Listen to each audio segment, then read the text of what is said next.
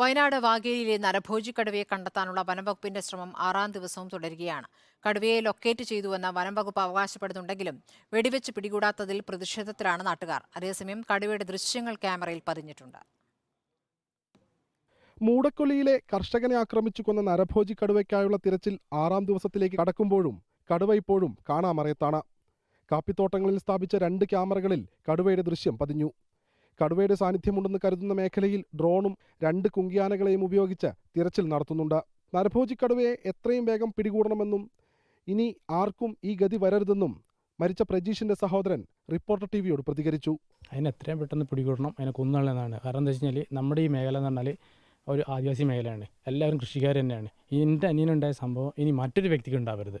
ഇതിനി ഇവിടെ തുടർന്ന് പോകുന്നത് എല്ലാവർക്കും, എൻ്റെ നാട്ടുകാർക്ക് മൊത്തത്തിലുള്ള ജനങ്ങൾക്ക് എല്ലാവർക്കും അറിയാവുന്നൊരവസ്ഥയാണ് അത്.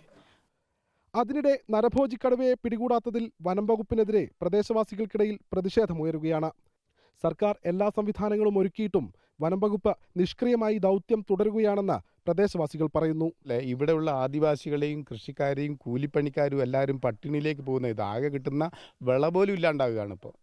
അപ്പം അതിനു വേണ്ടിയിട്ട് എത്രയും വേഗം ഇതിനെ പിടിച്ച് കൊന്നിട്ടില്ല എങ്കിൽ ഇത് നീട്ടിക്കൊണ്ടുപോകാൻ താൽക്കാലികം കഴിയും. 144 നിരോധനാജ്ഞയൊക്കെ ലംഘിക്കേണ്ട സാഹചര്യങ്ങൾ വരാതിരിക്കാൻ വേണ്ടി വനം വകുപ്പ് എത്രയും വേഗം, ഞങ്ങൾ ഇന്നുകൂടി നോക്കും.